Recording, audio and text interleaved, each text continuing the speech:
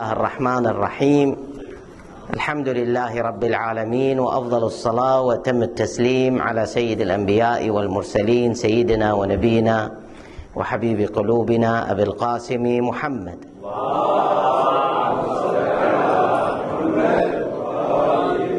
وعلى آله الطيبين الطاهرين. في هذه الليلة نريد أن نتحدث حول خبر نشر قبل قرابة الشهر في وسائل الإعلام.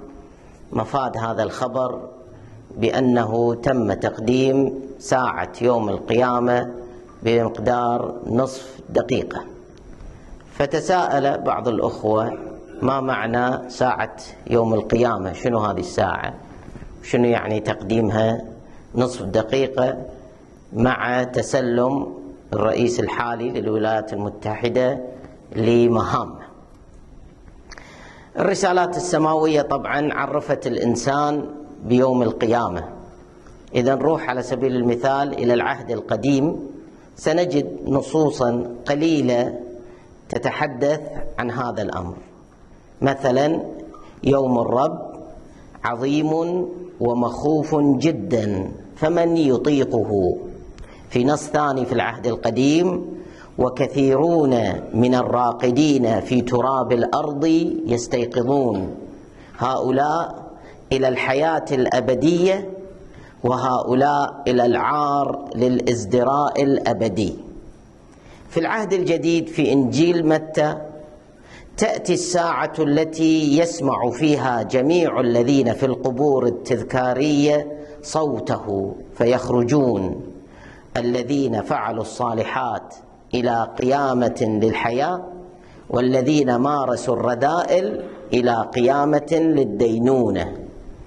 في سفر الرؤيا أيضا في العهد الجديد: ورأيت الأموات صغارا وكبارا واقفين أمام الله، وانفتحت أسفار الكتب تنفتح، وانفتح سفر آخر هو سفر الحياة، ودين الأموات يعني تمت إدانتهم، ودين الأموات مما هو مكتوب في الأسفار، يعني من خلال ما هو مدون في كتب أعمالهم بحسب أعمالهم.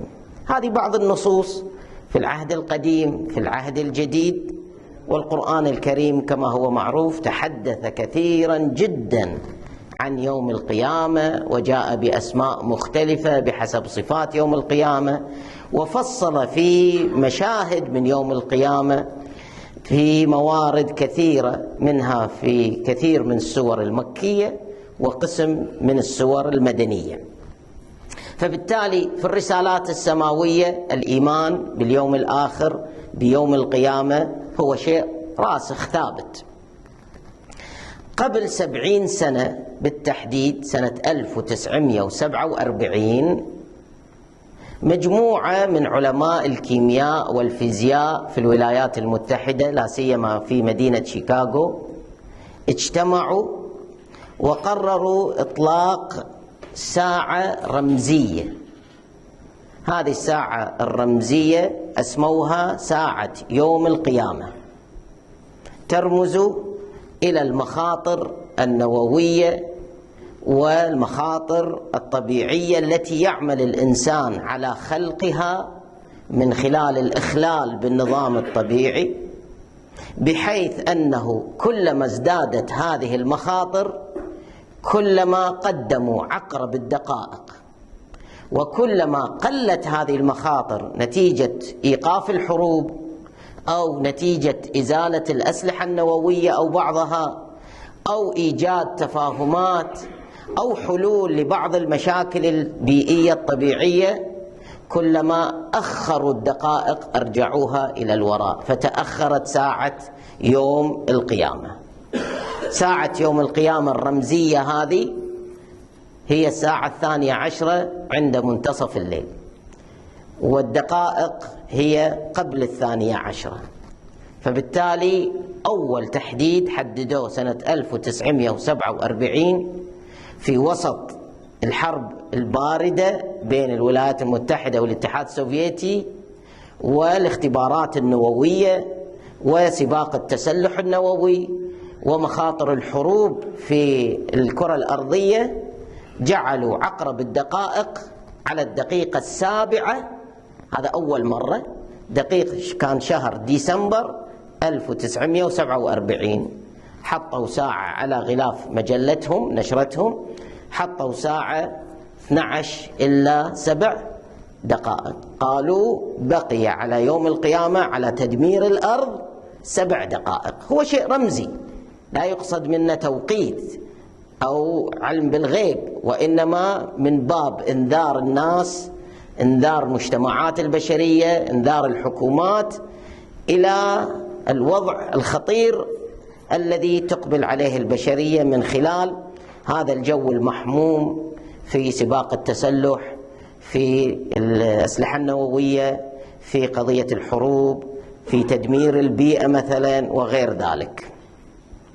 في هذه السنة في شهر يناير لما تسلم ترامب الحكم مباشرة، طلعوا ذيلا المسؤولين على النشرة وقدموا الساعة نص دقيقة، بحيث أصبحت الساعة 12 منتصف الليل إلا 2.5 إلا 2.5. سنة 1953 يعني قبل 64 سنة كان عقرب الدقائق أقرب ما يكون إلى الساعة 12 في الجو المحموم للصراع ما بين الولايات المتحدة والاتحاد السوفيتي. كانت صايرة مجموعة من اختبارات نووية وهيدروجينية ونيوترونية للأسلحة، وبالتالي هذه التفجيرات خلتهم يقدمون الساعة تصير 12 إلا 2 دقيقة. وبعدين نتيجة تفاهمات وغيرها بين الولايات المتحدة وحد تسلح وهذا رجعت وصارت حتى قبل 17 دقيقة، وردت قدمت وتأخرت. راح نشوف إن شاء الله بالفيلم الوثائقي مجريات التقديم والتأخير. ولكن 2015 صارت الساعة 12 إلا 3 دقائق. يوم استلم ترامب سووها 12 إلا 2.5 للتحذير من الخطر القادم نتيجة تسلم ترامب. هذا من جهة، قالوا من جهة ثانية نتيجة يعني وجود الأسلحة النووية الكثيرة والأضرار البيئية القائمة حاليا. صرحت المديرة التنفيذية الحالية لنشرة علماء الذرة كينيت بنديكت: لقد فشل زعماء العالم. هذا التصريح الأخير اللي قدموه نص دقيقة على أساسه. دائما لما يقدمون تقرير يكون مكتوب أو شفوي. لقد فشل زعماء العالم في العمل بسرعة على النطاق المطلوب لحماية المواطنين من كارثة محتملة، وحذرت من أن خطر التغيرات المناخية يوازي خطر السلاح النووي، وشددت على أن العالم فشل في الحد من التهديدين معا، إذ أن العالم ما زال يتوفر على نحو 16,300 سلاح نووي، من بينها 50 و100 قادرة على إحداث تغيير خطير في حال استخدمت. وهذه الكمية عموما تفجر الأرض ما أدري كم مرة، لو تفجرت تفجر الكرة الأرضية كم مرة، كافية حتى تحقق هذا الشيء. في فيلم وثائقي جميل تاريخي توثيقي لهذه المسألة، ساعة يوم القيامة، اختصرته وترجمته. إن شاء الله تشوفون في هذا الفيلم ما يغطي المسائل أو الأسئلة اللي تدور بذهنكم حول هذه الساعة وأثرها. It's been ticking away since the deep chill of the Cold War. From the explosion of the Soviets' first atomic bomb to today's new nuclear threats, this icon of nuclear danger has gauged how close we have come to Armageddon. The world will end at the stroke of midnight, and only a few minutes remain on the doomsday clock. Next on Modern Marvels.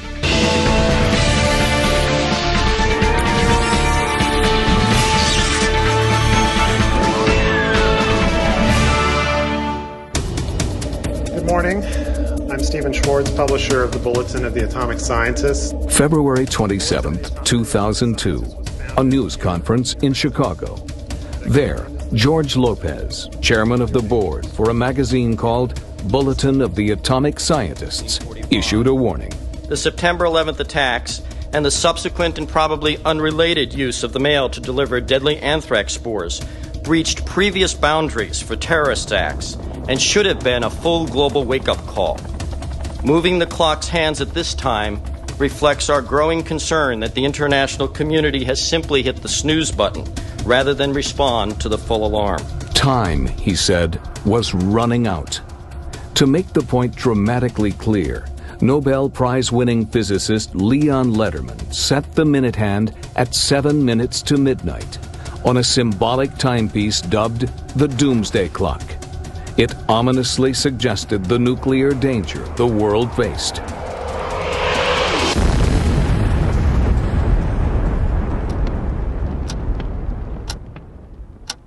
Anything inside 10 minutes is worthy of pretty serious concern. We think about both the events that have happened, which is normally what the clock responds to, and we think about what's likely to happen in the future.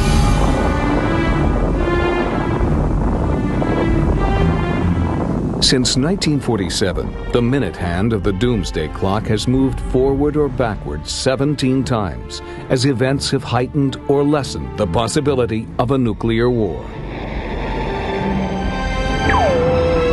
The Enola Gay arrived at 8:11 a.m.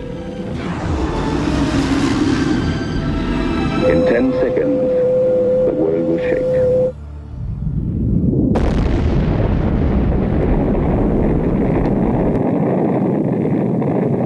In August 1945, the United States detonated its first nuclear weapons in Japan, ending World War II. The bomb's awesome power and the deaths of more than 100,000 people under the mushroom clouds in Hiroshima and Nagasaki greatly troubled some scientists. They were part of the Manhattan Project, the government's atomic bomb program. They were afraid that they had unleashed a genie that could not ever be bottled, but they were going to do their damnedest to try to bottle it up again.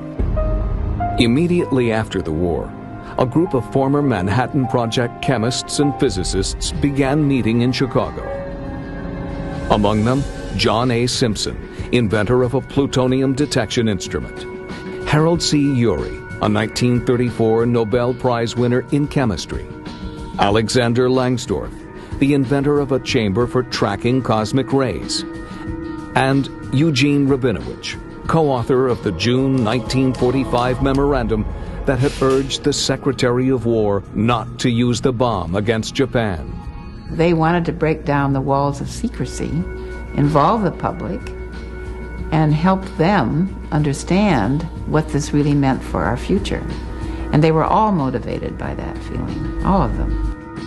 They called themselves the Atomic Scientists of Chicago, and they wanted to open the eyes of the public and policymakers about the significance of atomic power.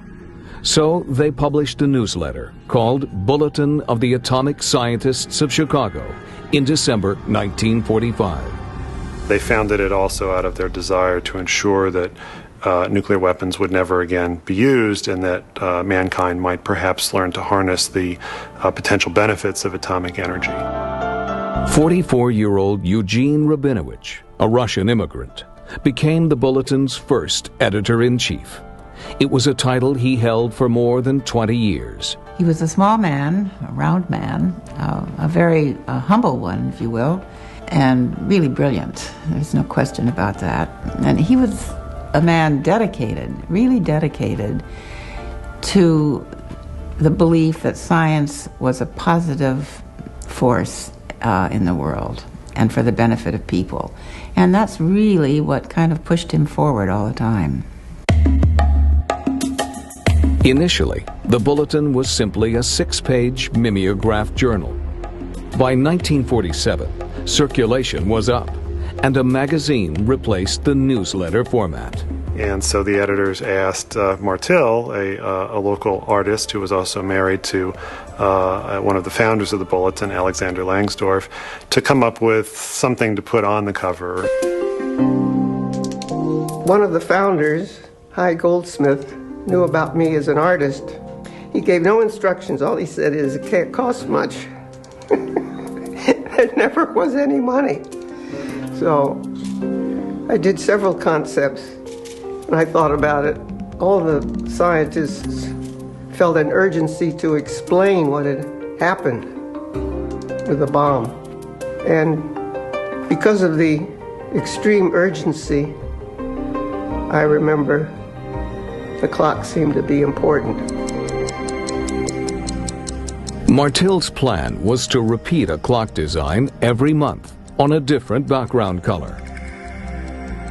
In June 1947, the first bulletin clock cover appeared. It depicted the final quadrant of a clock face with a minute hand approaching midnight. The message was clear. The end of time was drawing close. While Martil intended the clock image as a whole to convey a psychological sense of imminent danger, placing the minute hand at 7 minutes to midnight was simply a matter of aesthetics. I chose 7 minutes because it seemed the right time on the page. It was the right design. It left room for the contents, and it just suited my eye. The following month, Eugene Rabinovich's essay to readers explained the symbolism of the Clock of Doom, as he called it.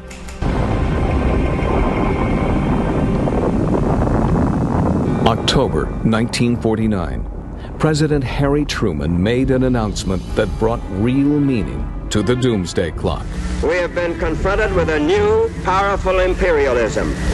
The United States, he said, had evidence of an atomic explosion in the Soviet Union.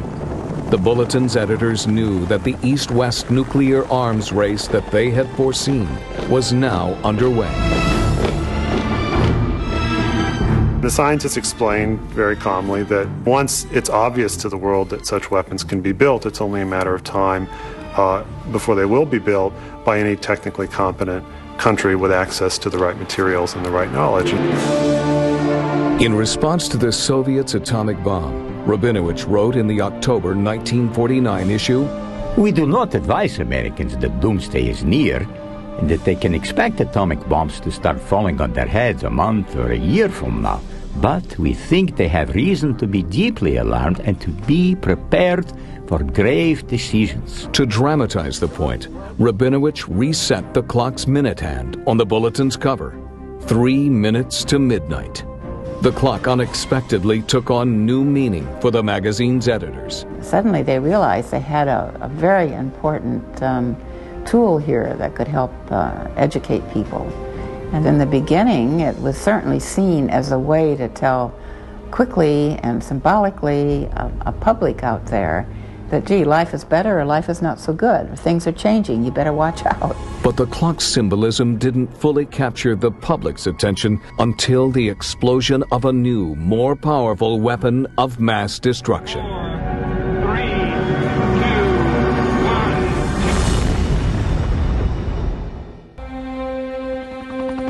1. On October 31st, 1952, the United States detonated its first superbomb, a thermonuclear device with a human name, Mike. But in fact, it was a people killer with a yield nearly 1,000 times greater than the bomb dropped on Hiroshima. 3, 2, 1.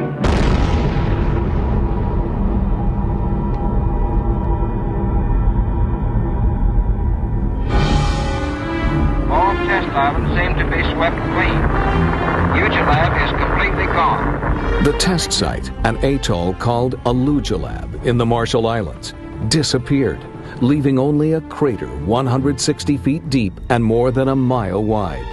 9 months later, in August 1953, the Russians exploded a less powerful but still awesome thermonuclear device. When word of the Soviet test got out, the September 1953 bulletin cover was remade at the last moment. Eugene Rabinovich again decided to reset the doomsday clock, this time to 2 minutes to midnight. The closest from midnight that the clock has ever been was 1953. This is life and death stuff. The power of both countries to utterly annihilate each other and take the rest of the world with them was quickly becoming a reality. The bulletin editors weren't saying we're going to have a nuclear war right tomorrow because of this, but they were saying we'd crossed a threshold. We were truly participating in a nuclear arms race that didn't have any finish line. The latest bulletin cover garnered great attention for the doomsday clock, transforming it into one of the best-known symbols of the nuclear age. In the beginning, it was kind of called the Chicago clock, you know, the Chicago Bulletin. No one thought of it as a national institution.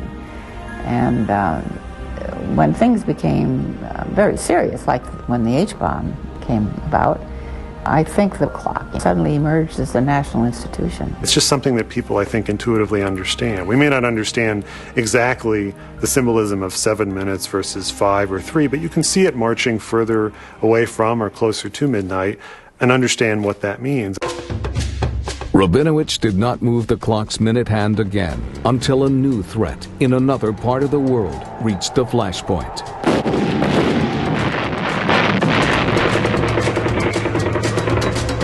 On October 31st, 1956, Egypt was invaded by Israel, Great Britain, and France. They wanted to oust Egyptian leader Colonel Gamal Abdel Nasser, who in July had nationalized the British and French-owned Suez Canal. President Dwight Eisenhower faced a dilemma. If the United States supported its three allies, Nasser might turn to the Soviet Union for help. President Eisenhower backed the United Nations and forced the British and the French and Israelis to back off. And the bulletin editors and the board of directors were always very much in favor of multilateral solutions to conflicts. Persuade Israeli, British, and French troops to lay down their arms. In response to Eisenhower's efforts, Rabinovich set the doomsday clock back to 7 minutes before midnight. Then, in October 1962, a confrontation between Washington and Moscow over the presence of Soviet missiles in Cuba brought the world to the brink of nuclear war. It shall be the policy of this nation to regard any nuclear missile launched from Cuba against any nation in the Western Hemisphere as an attack by the Soviet Union on the United States, requiring a full retaliatory response upon the Soviet Union. On Saturday afternoon, October 27, 1962, at 4 p.m., I remember it as over yesterday, the Joint Chiefs of Staff recommended we launch the planned attack, or the contingency attack, against Cuba. When the Soviet leader found out about the imminent U.S. invasion, he agreed to remove the missiles. And Russia has decided to end its billion-dollar venture. The missiles go home. U.S. and Soviet leaders put more emphasis on diplomacy.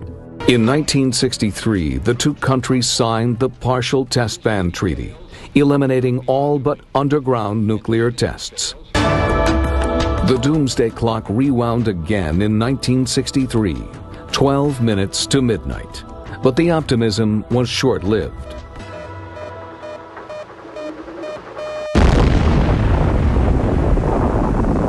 In October 1964, China detonated an atomic bomb.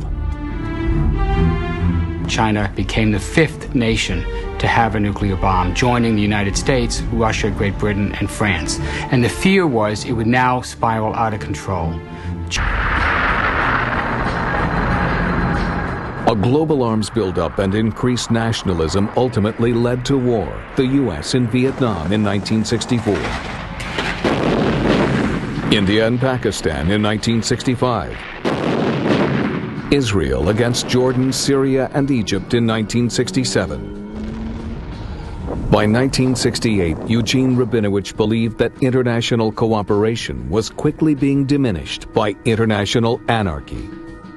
He wrote an apocryphal editorial under the title The Dismal Record and jumped the doomsday clock forward 7 minutes to midnight.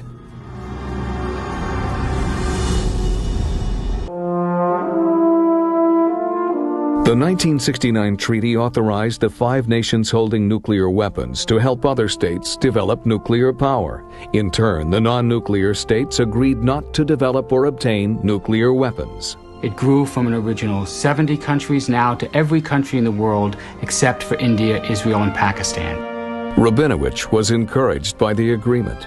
In the April 1969 issue, he reset the clock's minute hand to 10 minutes.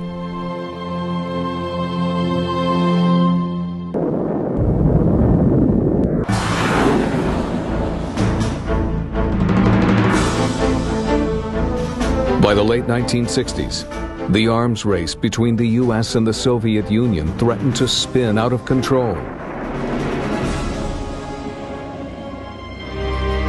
Finally, in 1969, the 2 superpowers agreed to discuss a reduction of nuclear weapons. 3 years after negotiations had begun at the Strategic Arms Limitation Talks, or SALT, President Richard Nixon and General Secretary Leonid Brezhnev signed 2 agreements in Moscow. In a hopeful spirit, the clock was moved backwards. The new time, 12 minutes to midnight, then the farthest jump back.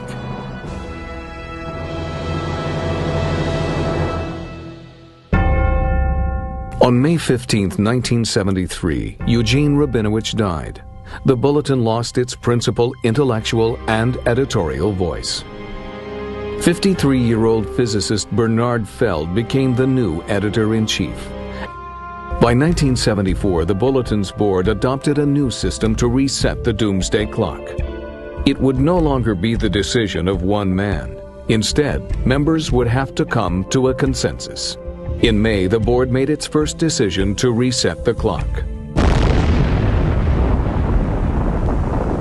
India exploded what it called a nuclear device. They didn't call it a bomb. They were very adamant about not calling it a bomb, but everybody knew exactly what it was. In 1974, the new time was 9 minutes before midnight. It wouldn't stop there. 5 years later, on December 26, 1979, the Soviet Union dispatched tanks and troops to Afghanistan to prop up a pro-Soviet government. The relationship between Moscow and Washington worsened. Bernard Feld offered his general assessment of an unstable world in the Bulletin's January 1980 issue. SALT II had stalled again. Religious fanaticism in the Middle East was on the rise, and millions were being killed by the Khmer Rouge in Cambodia. The minute hand was moved forward and set at 7 minutes to midnight. The new decade had barely begun when suddenly nuclear war in Europe seemed possible. The Soviet Union had deployed a new generation of strategic weapons. January 1981, 4 minutes to midnight. The President of the United States. The weapons buildup that began with President Carter was expanded and accelerated under President Ronald Reagan. Mission Director acknowledged. He had campaigned on the position that the United States had become dangerously weak in relation to the Soviet Union. 2, 1, mark.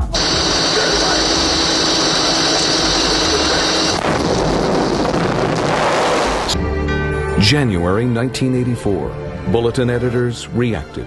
The doomsday clock moved dramatically forward, 3 minutes to midnight, the closest it had come to 0 hour since the Soviets' detonation of the hydrogen bomb in 1953.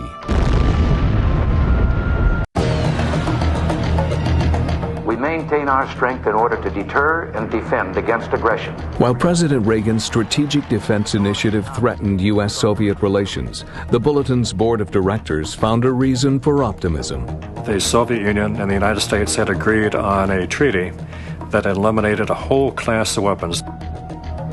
After years of deadlock, President Ronald Reagan and General Secretary Mikhail Gorbachev had negotiated an arms agreement in 1987.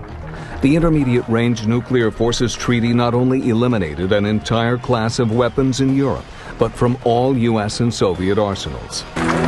The events had an impact on the Bulletin. In 1988, the clock was reset to 6 minutes before midnight. On November 9, 1989, the Berlin Wall fell, a resounding signal that the Cold War was near an end. Popular democratic revolution swept every communist regime in Eastern Europe out of power. The doomsday clock received an overdue facelift. The bulletin needed to change because the world was changing. And so the clock was redesigned, and Martil created a new version of the clock that had the hands centered over the earth. And that was then translated into a metal version of the clock that we continue to use today.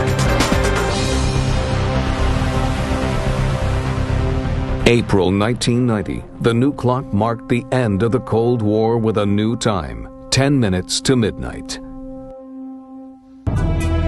17 minutes to midnight, the move was literally off the scale. In 1998, India and Pakistan both went nuclear officially. India conducted tests, followed by Pakistan.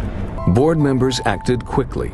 In June 1998, 1 month after the explosions, the clock was reset, 9 minutes to midnight. Only once before, in 1968, had the hand moved forward so many minutes.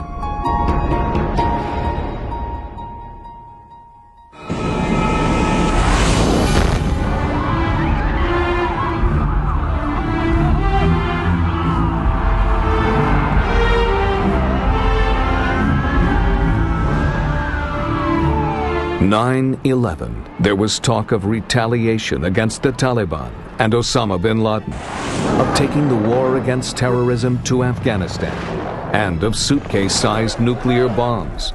Yet the doomsday clock was not reset immediately. Why? In the months following September 11th, an increased risk of nuclear terrorism by Al-Qaeda and other terrorist groups filled the news. Finally, in February 2002, the clock moved closer to midnight by 2 minutes, 7 minutes to doomsday. The clock, more than any other symbol I can think of, is a public warning system to say that, look, something serious is happening here. Stop what you're doing just for a minute and pay attention to this.